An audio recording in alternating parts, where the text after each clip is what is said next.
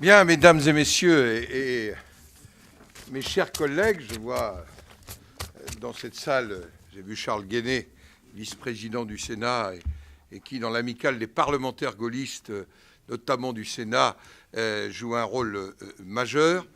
Je voudrais vous dire dans quel état d'esprit j'aborde cette table ronde, à la fois comme sénateur aujourd'hui, comme président de l'amicale des sénateurs et ancien sénateur gaulliste du Sénat, mais aussi avec l'expérience, je l'ai vécu, de ministre du Travail, expérience que j'ai vécue et dans laquelle nous avons essayé de réactualiser cette idée, avec un succès, je dois le dire, modéré, et pourtant la période, parmi les périodes récentes, était sans doute la plus favorable, une croissance qui ferait rêver aujourd'hui, car aujourd'hui, on s'emballe quand on dit qu'on fait 0,1 de croissance en plus que prévu.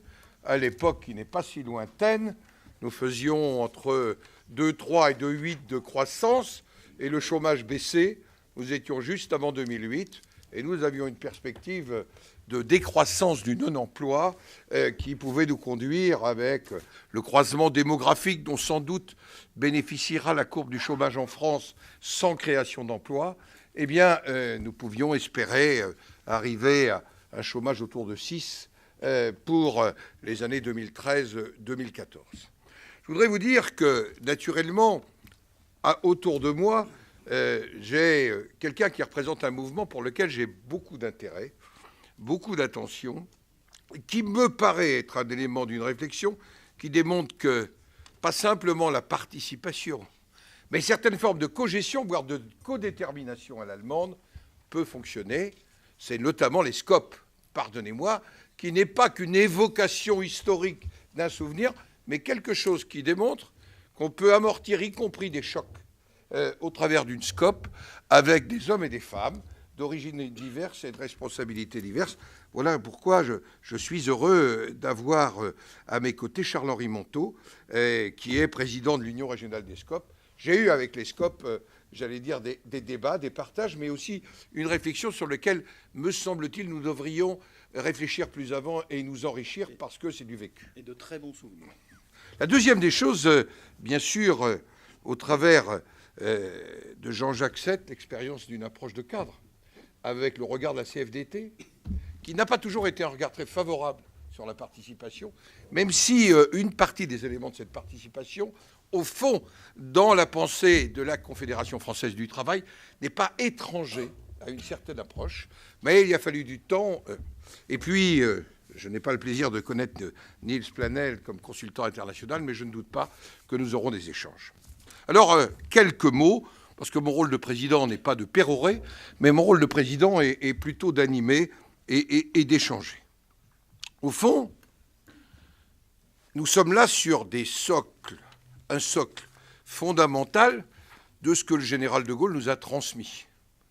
Est-ce que l'association, la participation, l'épargne, l'intéressement, est-ce que ça a encore du sens aujourd'hui? Cette troisième voie, je l'ai entendue tout à l'heure, qui a été voulue par le général de Gaulle, était en fait une alternative à l'affrontement d'un capitalisme qui venait plutôt d'outre-Atlantique, à ce moment-là, même s'il n'était pas né outre-Atlantique, et un collectivisme qui venait plutôt d'Union soviétique. Au fond, cette idée n'a pas connu jusque-là l'adhésion espérée.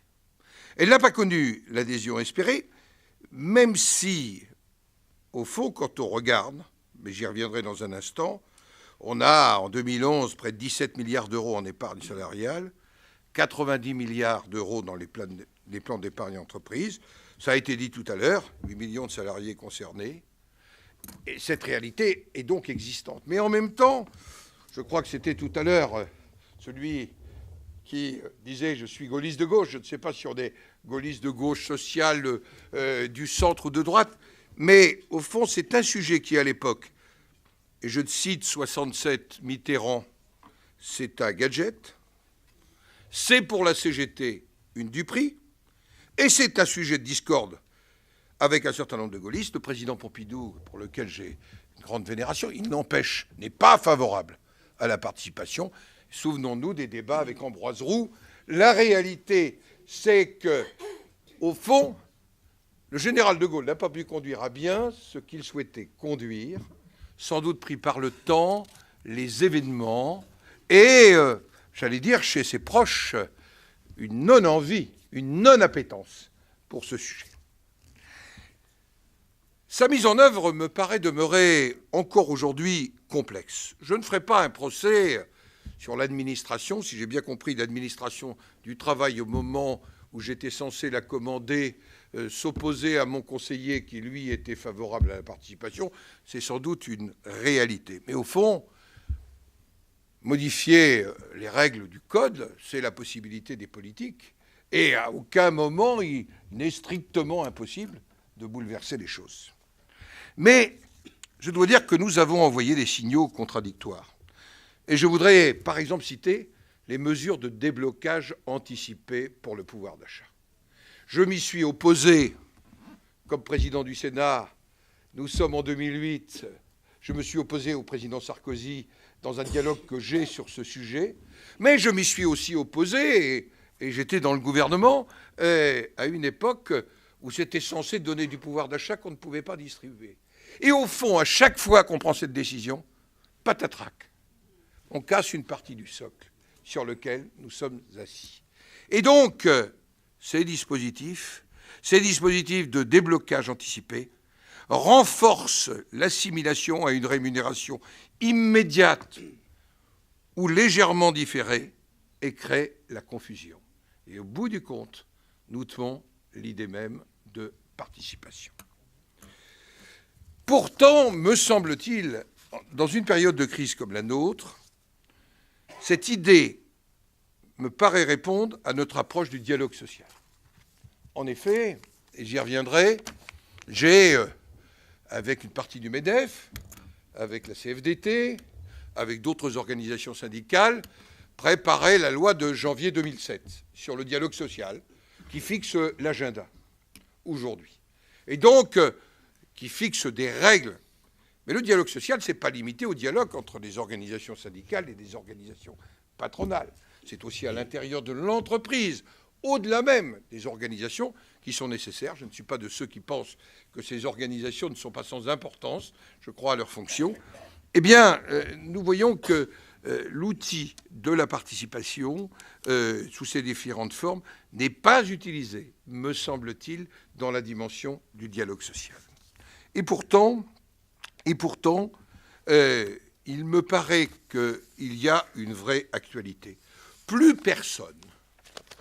personne ne croit ni au modèle capitaliste, ni au succès de la lutte des classes, ni au succès du marxisme.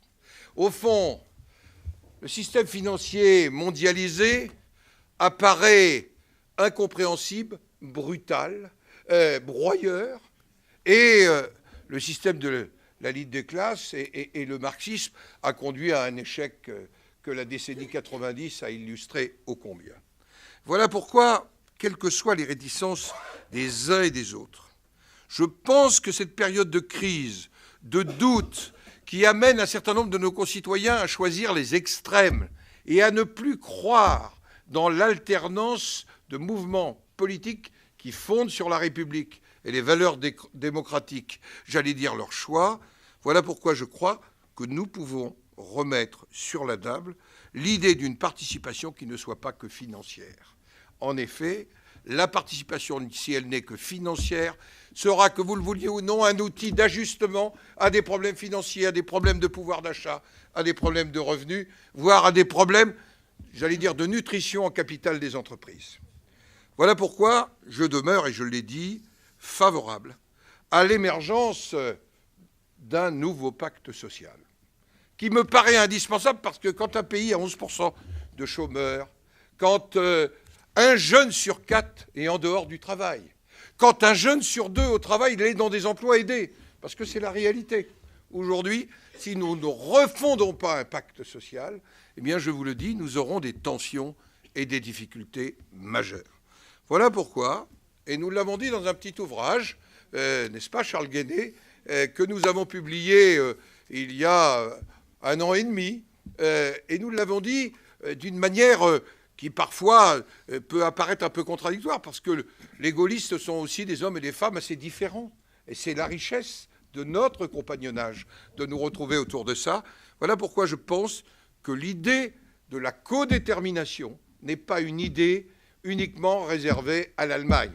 Si ça ne marchait pas, pardonnez-moi, l'Allemagne n'aurait pas, je faisais ce midi une émission sur France 5, n'aurait pas un excédent de son assurance maladie quand nous avons un déficit. L'Allemagne n'aurait pas un excédent de son système d'assurance chômage. Et si la codétermination était une piste, naturellement, nous ne pouvons pas le faire, elle est issue d'une tradition bismarckienne d'ailleurs, mais elle est issue d'un drame absolu qu'a connu l'Allemagne. Mais je pense que nous pouvons imaginer des formes de participation qui ne soient pas simplement financières, mais qui soient des formes de participation aux décisions dans l'entreprise. Et pourtant, je crois que les chefs d'entreprise n'auront rien à craindre de tout cela. Ça ne se fera pas en un jour, mais c'était, me semble-t-il, la nouvelle audace qu'il fallait avoir cet après-midi à l'Assemblée nationale, car sinon, nous répétons soit des nostalgies, soit des rendez-vous manqués, et nous ne traçons pas l'avenir. Voilà pourquoi je vais céder maintenant la parole, eh bien, peut-être à une forme de participation qui pourtant ne porte pas le nom, qui parfois s'est opposée à la participation historiquement, mais on remonte loin dans l'histoire. Eh bien, qu'est-ce que c'est qu'une SCOP? Et vous demandez de nous expliquer tout cela. En tous les cas, je suis très heureux que nos amis du nouveau siècle, avec ce souffle nouveau, m'aient invité cet après-midi à participer à cette table ronde. Merci.